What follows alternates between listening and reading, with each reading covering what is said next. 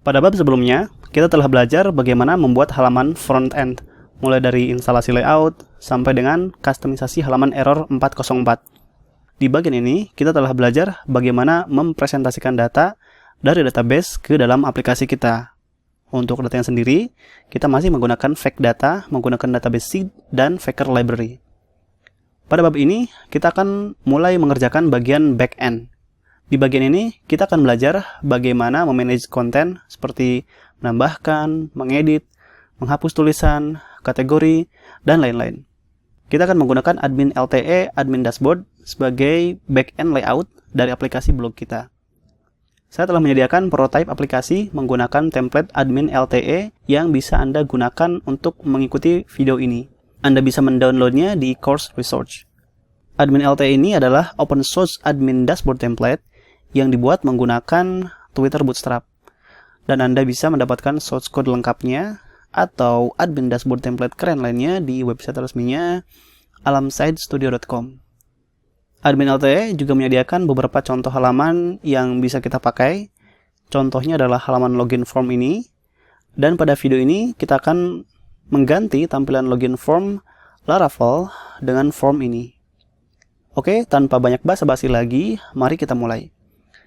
Pertama-tama, kita lakukan instalasi Laravel autentikasi dengan mengetikkan perintah php artisan make auth. Oke, scaffold autentikasi sudah dibuat.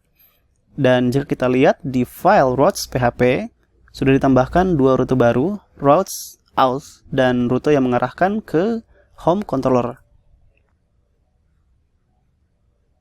Sekarang kita coba akses halaman login. Kita coba masukkan email dan password.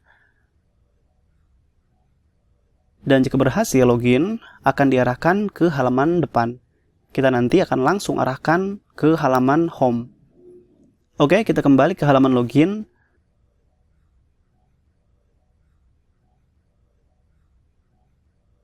Dan mari kita ubah form ini menggunakan form dari admin LTE. Kita buka desain login form. Lalu kita lihat kode HTML-nya. Dan copy dari atas hingga tag pembuka body. Buka upload PHP di folder layouts. Dan kita seleksi kode dari atas hingga tag pembuka body. Kemudian kita timpa dengan kode dari admin LTE. Di sini kita tidak membutuhkan navigasi, jadi kita hapus saja. Kemudian bagian script sampai dengan tag HTML penutup, kita hapus. Kita kembali ke browser dan copy saja bagian script sampai dengan tag HTML penutup. Kembali ke upload PHP dan paste di sini.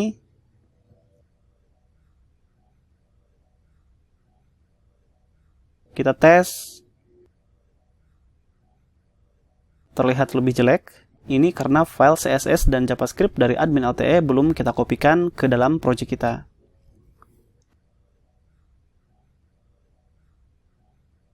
Karena di sini sudah ada folder CSS, JavaScript, dan file lain untuk front-end, jadi kita buat saja folder baru, misalnya back-end, dan paste di sini.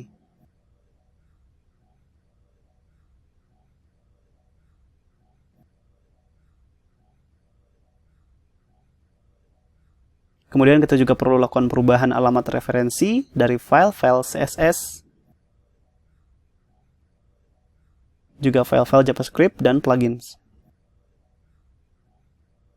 Kita lihat, seperti belum ada perubahan. Mari kita lihat lagi kode HTML dari form login admin LTE.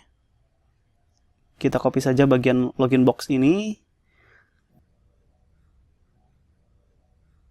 Dan sebelum kita timpa, karena di sini kita membutuhkan beberapa kode seperti CSRF field, home error, dan lain-lain, jadi kita backup saja. Saya simpan dengan nama login ori misalnya.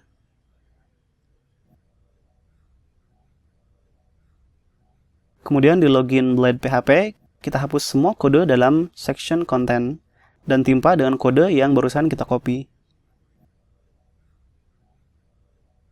Sekarang kita lihat. Oke, sekarang form loginnya sudah sama dengan yang ada di desain. Tapi kita perlu melakukan beberapa perubahan lagi agar formnya bisa berfungsi dengan baik. Pertama, kita ganti login logo, ganti link target ke root, dan teksnya juga kita ganti menjadi my blog misalnya. Kemudian kita copy form action.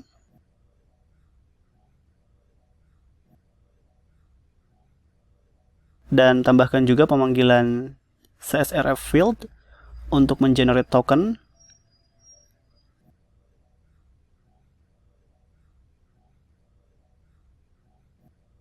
Kita copy class from error dari input email.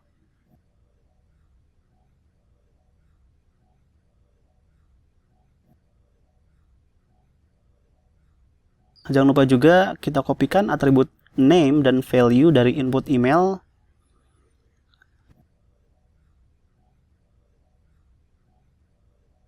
Dan juga pesan kesalahan jika email diisi dengan data yang tidak valid. Kita lakukan hal yang sama dengan input password.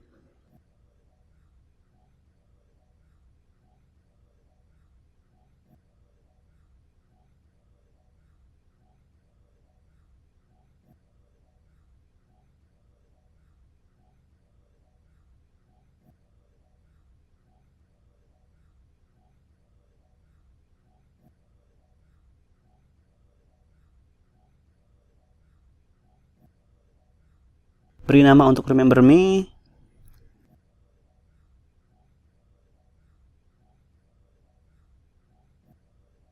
Dan terakhir kita copy URL untuk mereset password.